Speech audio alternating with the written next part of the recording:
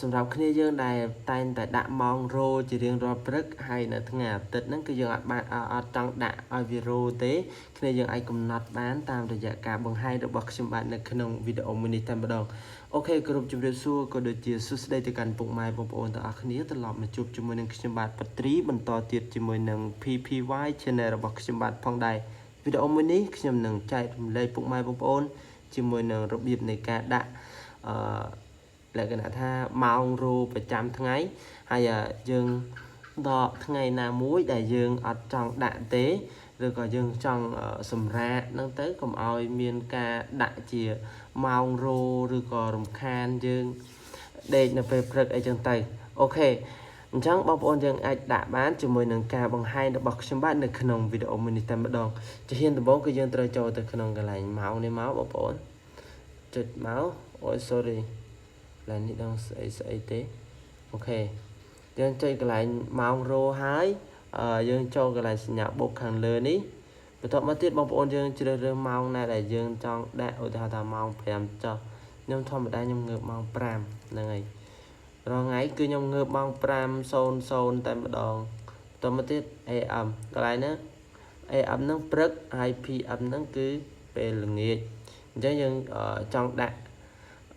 select ថ្ងៃឲ្យវារោរាល់ថ្ងៃនៅពេលដែលដល់ម៉ោង5មកគឺវារោតែម្ដងអញ្ចឹងយើងដាក់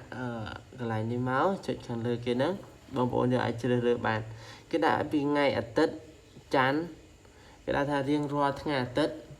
ថ្ងៃច័ន្ទ every Sunday every Monday រហូតដល់ថ្ងៃសៅរ៍នេះអញ្ចឹងបងប្អូនយើងថិចមកថ្ងៃច័ន្ទគៀពុធពហុសុក្រសៅរ៍អញ្ចឹងថ្ងៃអាទិត្យខាងលើគេហ្នឹងយើងអត់ថិចទេនៅពេលដែលយើងចុចបែបនេះវារោពេញមួយសប្តាហ៍តែម្ដងប៉ុន្តែថ្ងៃអាទិត្យគឺវាអត់រោទេយើងអាចដេកបានដល់ម៉ោងប៉ុន្មានក៏បានដែរអញ្ចឹងនេះគឺជារបៀបនៃការកំណត់ថ្ងៃដែលឲ្យម៉ោងហ្នឹងរោប្រចាំថ្ងៃប៉ុន្តែអត់រោថ្ងៃអាទិត្យទេសម្រាប់បងប្អូនយើងដែលចង់ដាក់ជាសំឡេងរោហ្នឹងក៏អាចដាក់បានដែរបងប្អូននេះកន្លែង sound ហ្នឹងខ្ញុំចុចកន្លែងហ្នឹងមកហើយនេះជាប្រភេទសំឡេងដែលអាចឮនៅពេលដែលរោហ្នឹងបងប្អូនអូខេមានច្រើនដែរបងប្អូនឥឡូវចុចសារ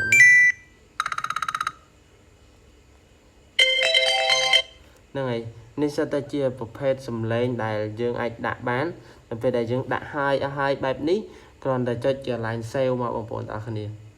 sorry ចុចកន្លែង save ខាងលើនេះមកហ្នឹងហើយយើងគ្រាន់តែចុច save មកវាលោតកន្លែងនេះហើយប៉ុន្តែបើសិនជាវាអាចនិយាយបានថានៅពេលដែលបងប្អូនយើងចុចបិទវាយើងគ្រាន់តែចុចបិទពេលវារោទៅយើងចុចបិទមកបើសិនជា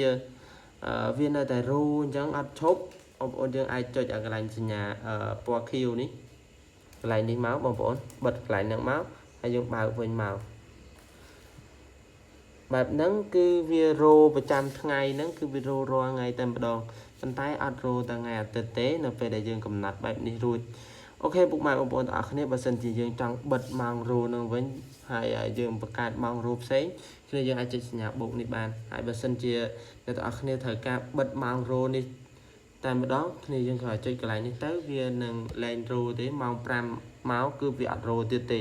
អូខេពុកម៉ែបងប្អូនទាំងអស់គ្នានេះគឺជាវីដេអូដែលខ្ញុំចង់បង្ហាញពុកម៉ែបងប្អូនទាំងអស់គ្នានៅថ្ងៃនេះបើសិនជាបងប្អូនយើងពេញចិត្តនៅវីដេអូមួយនេះកុំភ្លេចជួយចុច like ក៏ដូចជាចុច subscribe ទៅលើ channel YouTube របស់ខ្ញុំបាទម្នាក់មួយផងដើម្បីទទួលបានវីដេអូថ្មីនិងបទពិសោធន៍ខ្លីៗពីខ្ញុំបាទផងដែរអរគុណច្រើនពុកម៉ែបងប្អូនទាំងអស់គ្នាសម្រាប់ការតាមដានទស្សនាវីដេអូមួយនេះពីដើមរហូតដល់ចប់ជួបគ្នាវីដេអូក្រោយទៀតជាមួយនឹងខ្ញុំបាទផងដែរ